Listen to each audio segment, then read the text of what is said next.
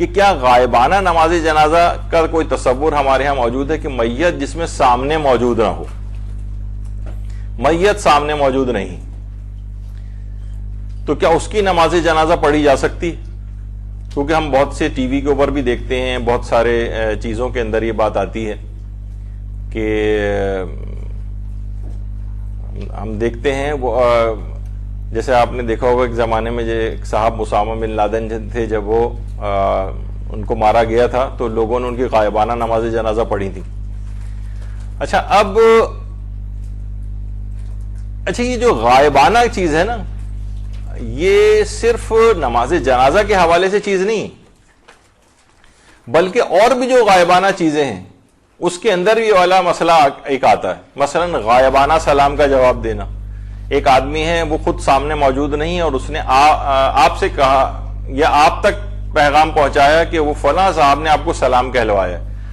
تو کیا ہم پر واجب ہے کہ اس کا سلام کا جواب ان تک پہنچائیں یا اسی وقت جواب دیں؟ اس کا جواب ہے کہ نہیں، غائبانہ سلام کا جواب دینا واجب نہیں۔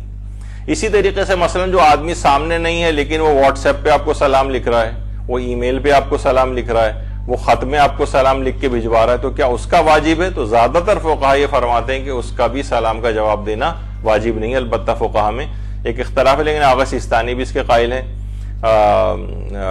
اور دیگر اور علماء کی ایک بڑی تعداد ہے، چند ایک نے البتہ اس سے اختلاف کیے۔ لیکن غائبانہ جو سامنے موجود نہ ہو، جس طرح سے مثلا ٹی وی اناؤنسر کوئی آ کر سلام کرتی ہے، اب وہ لوگوں کے سامنے نہیں،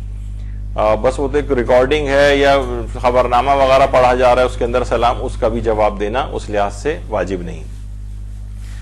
تو اسی طرح سے میت اگر سامنے موجود نہ ہو تو کیا اس کی نماز جنازہ پڑھی جا سکتی ہے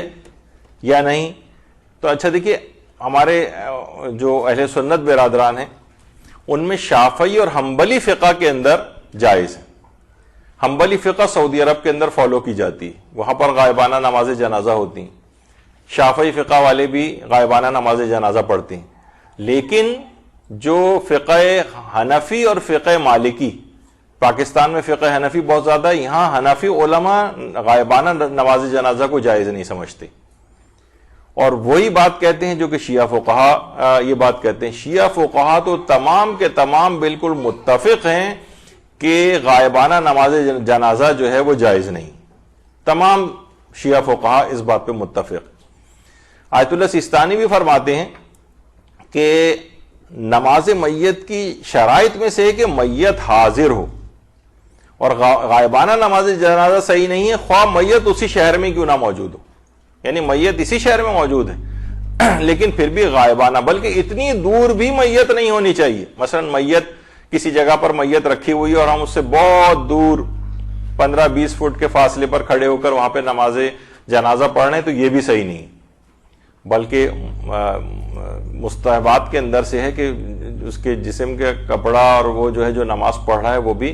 اس کے گہوارے وغیرہ سے اتنے بہت قریب ہو کے اس سے نماز پڑھے،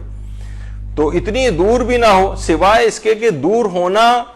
نماز جماعت کی وجہ سے ہو، یعنی نماز جماعت پڑھ رہا ہے تو آخری صفوں میں مثلا ایک آدمی کھڑا ہوا ہے تو وہ تو جنازے سے بہت دور ہو گیا،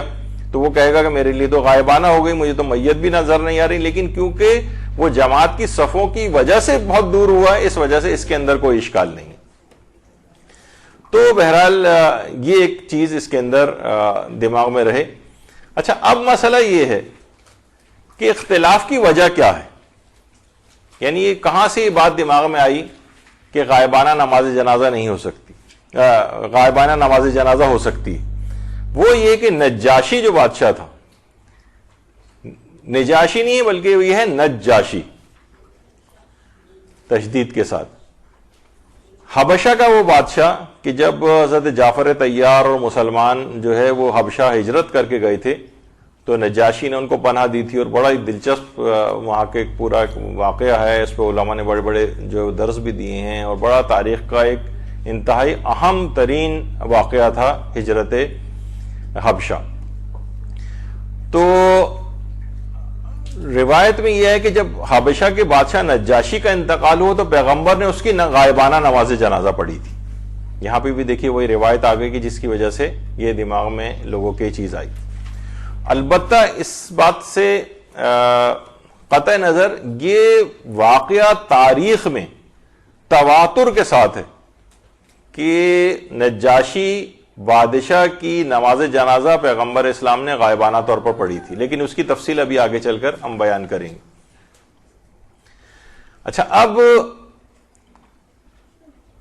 اس بات کو، اس روایت کو شیخ صدوق نے خصال جو ان کی کتاب ہے اس کی دوسری جلد میں بات لکھی ہے، یعنی یہ پورا کہ نجاشی کی نماز جنازہ رسول اللہ نے پڑھی۔ البتہ اس روایت کی سند ضعیف ہے، اور بعض راوی تو اس کے اندر ضعیف ہیں اور بعض مجہول الحال ہیں، یعنی ان کا حال پتہ ہی نہیں کہ صحیح تھے غلط تھے، کچھ حال آیا ہی نہیں۔ تو اس لحاظ سے فقہی مسئلہ اس روایت سے نہیں بن سکتا کہ غائبانہ نماز جنازہ کی اجازت ملے، کیونکہ سند کے اعتبار سے یہ روایت ضعیف ہے نجاشی والی۔ اچھا، اب لیکن اس سے سند سے قطع نظر، بہرحال تاریخ کے اندر تقریباً اس بات میں تواتر پایا جاتا ہے۔ تاریخ میں، حدیث کے علم کے اعتبار سے تو یہ بات ثابت نہیں ہے، لیکن تاریخ میں بہت کثرت کے ساتھ یہ بات نقل ہوئی۔ ہمارے ایک عالم ہیں مرزا محمد تقی عاملی، جن کی کتاب ہے مصباح الہدی فی شرح عروۃ الوثقی، اس کی 6 جلد میں انہوں نے یہ بات بیان فرمائی ہے کہ پیغمبر اسلام نے نجاشی کی غائبانہ نماز جنازہ نہیں پڑھی تھی، غائبانہ نماز جنازہ نہیں پڑھی تھی، بلکہ فقط دعا کی تھی، دعا۔ اچھا، اور عربی میں یہ چیز بہت عربوں میں بھی رائج ہے کہ صلاۃ کا لفظ جو ہے یہ نماز کے لیے تو ہوتا ہی ہے لیکن دعا کے لیے بھی استعمال ہوتا ہے۔ تو اس سے یہ لوگوں کو ہوا کہ ایک پیغمبر نے شاید غائبانہ نماز جنازہ پڑھی تھی، جبکہ پیغمبر نے فقط دعا کی تھی، دعا کی تھی۔ تو اس لحاظ سے نجاشی کے متعلق جو یہ بات ہے کہ فقط دعا کی تھی، نماز جنازہ نہیں پڑھی تھی۔ دیکھیے، نجاشی کا جو انتقال ہے وہ 9 ہجری میں ہوا تھا، اور پیغمبر اسلام ختمی مرتبت صلی اللہ علیہ وآلہ وسلم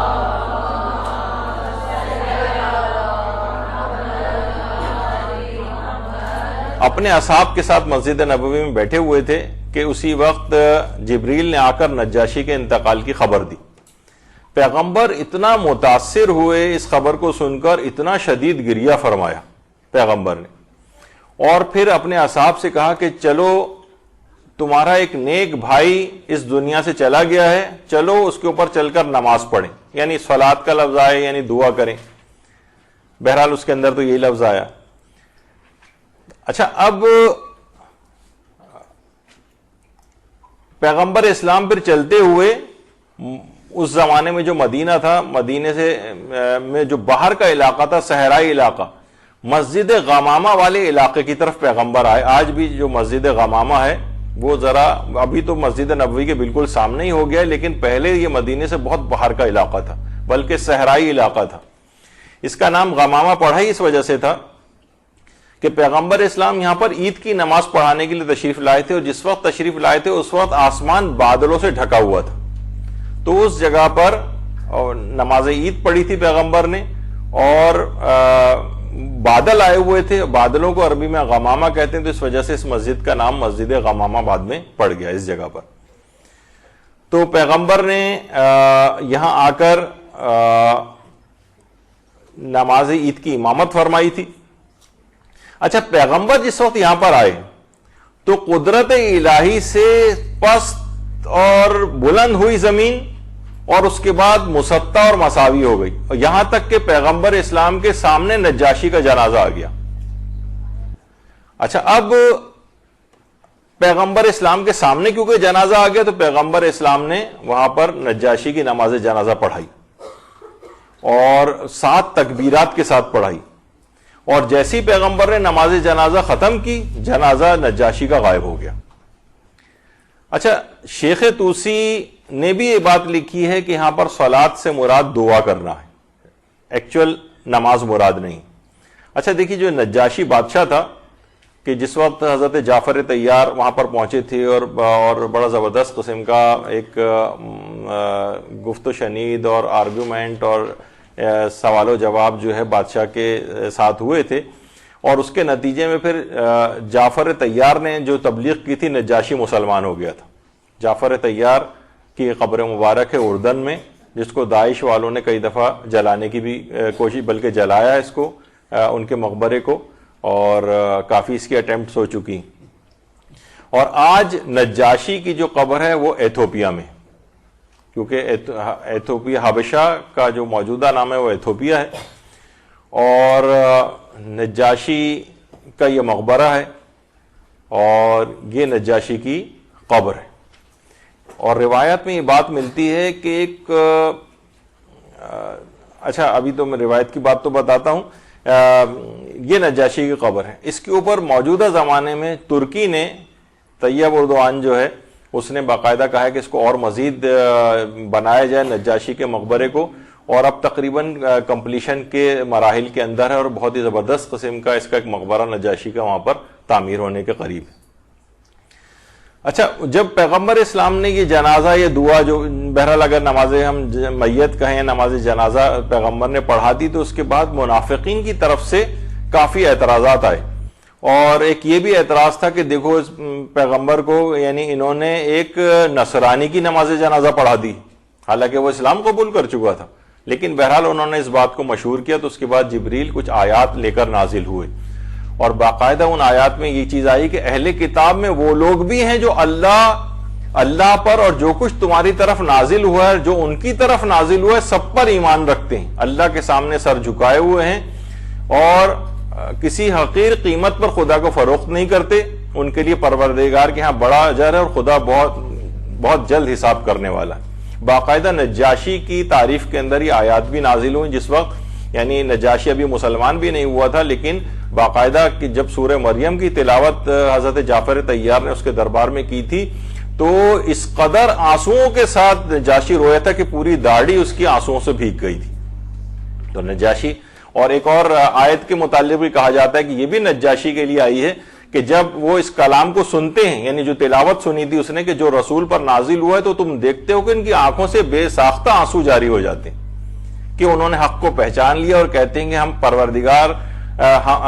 پروردگار ہم ایمان لائے ہیں، لہذا ہمارا نام بھی تصدیق کرنے والوں میں درج کر لے۔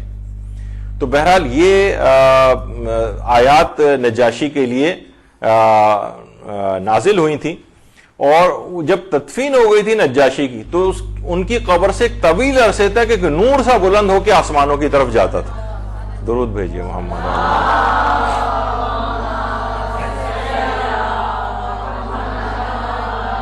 اور باقاعدہ البدایہ والنہایہ جو ہمارے اہل سنت کی کتاب ہے، اس کے علاوہ بہار الانوار ہے، اس کی بھی 6 جلد کے اندر یہ بات ہے کہ ان کی قبر سے ایک نور سا بلند ہوتا ہوا آسمانوں کی طرف جاتا تھا۔ اچھا، اس میں ایک دوسرا نقطہ نگاہ بھی ہے، وہ یہ ہے کہ ٹھیک ہے کہ یہ ایک تو نقطہ نگاہ یہ ہو گیا جو بھی آپ نے سنا کہ یہ نماز نہیں تھی بلکہ دعا کی گئی تھی، تو غائبانہ نماز جنازہ کا تصور نہیں۔ دوسرا نقطہ نگاہ یہ ہے کہ یہ یا تو رسول اللہ کی خصوصیت تھی، یعنی پیغمبر اسلام کے لحاظ سے خصوصیت تھی، وہ جو ابھی ہم ذکر کریں گے، یا یہ نجاشی کے اعتبار سے خصوصیت تھی۔ جیسے وہ کہا جاتا ہے نا کہ بہت سے اصحاب کے اندر کچھ خصوصیات ایسی تھیں کہ ذرا ان کا کیس الگ ہو گیا تھا، جیسے خزیمہ بن ثابت جو ذو الشہادتین کے نام سے مشہور ہیں، جن کی ایک شخص کی گواہی 1 کے برابر ہوتی ہے نا، خزیمہ کی گواہی کو 2 کے برابر قرار دیا گیا تھا۔ اس کا خاص واقعہ ہے کہ ذو شہادتین قرار دیا گیا تھا۔ تو کچھ اصحاب کے اعتبار سے ان کی کچھ خصوصیات ایسی تھیں جس کی بنا پر کچھ اسپیشل ان کے ساتھ طریقہ کار اختیار کیا گیا، خزیمہ کے ساتھ جیسے۔ تو علماء یہ فرماتے ہیں کہ یہ نجاشی کے ساتھ ہی فقط ہوا، کیونکہ پیغمبر اسلام کے پاس تو مختلف شہروں اور علاقوں میں جو دیگر اصحاب تھے ان کی اموات کی اور شہادتوں کی خبریں بھی آتی تھیں، لیکن پیغمبر نے کبھی ان کی نماز جنازہ نہیں پڑھی۔ مثلا حضرت جعفر طیار، یہ ان کی قبر مبارک ہے، یہ جب جنگ موتا میں شہید ہوئے ہیں جعفر طیار، تو ان کی شہادت کی خبر بھی جو ہے پیغمبر کے پاس آئی تھی، لیکن پیغمبر نے ان کی نماز جنازہ نہیں پڑھی تھی۔ اسی طریقے سے زید ابن حارثہ، یہ بھی جنگ موتا میں شہید ہوئے تھے۔ زید بن حارثہ، زید تو وہ ہیں جن کا نام قرآن میں آیا ہے، اور ایک ان کی بیوی کے ساتھ